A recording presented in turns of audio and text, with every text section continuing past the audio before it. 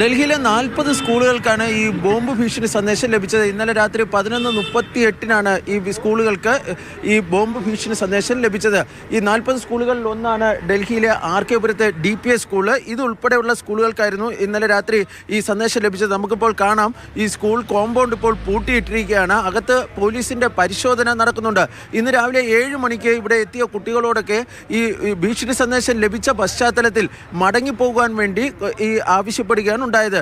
ഈ ഭീഷണി സന്ദേശം ഈ 40 സ്കൂളുകൾക്ക് ലഭിച്ച ഭീഷണി സന്ദേശം ഏതാണ്ട് ഒരേ വാചകങ്ങളാണ് ആ ഭീഷണി സന്ദേശത്തിൽ ഉണ്ടായിരുന്നത്. ആ ഇമെയിലിൽ പറഞ്ഞിരുന്നത് ഈ സ്കൂൾ കോമ്പൗണ്ടുകൾക്കുള്ളിൽ നിരവധി ബോംബുകൾ സ്ഥാപിച്ചിട്ടുണ്ട്. ആ ബോംബുകൾ പൊട്ടിത്തെറിക്കുകയാണെങ്കിൽ വലിയ നാശനഷ്ടങ്ങളും മറ്റും ഉണ്ടാകാനുള്ള സാധ്യതയുണ്ട്. അത് ഒഴിവാക്കുന്നതിനായി $30,000 കൈമാറണമെന്നാണ് ആവശ്യപ്പെട്ടത്. അത് കൈമാറിയില്ല എങ്കിൽ ഈ ബോംബുകൾ ഈ പൊട്ടിക്കുന്നതിനുള്ള സംവിധാനങ്ങൾ ചെയ്യുമെന്നാണ് ഈ ബോംബ് ഭീഷണി സന്ദേശത്തിൽ പറഞ്ഞിരുന്നത്.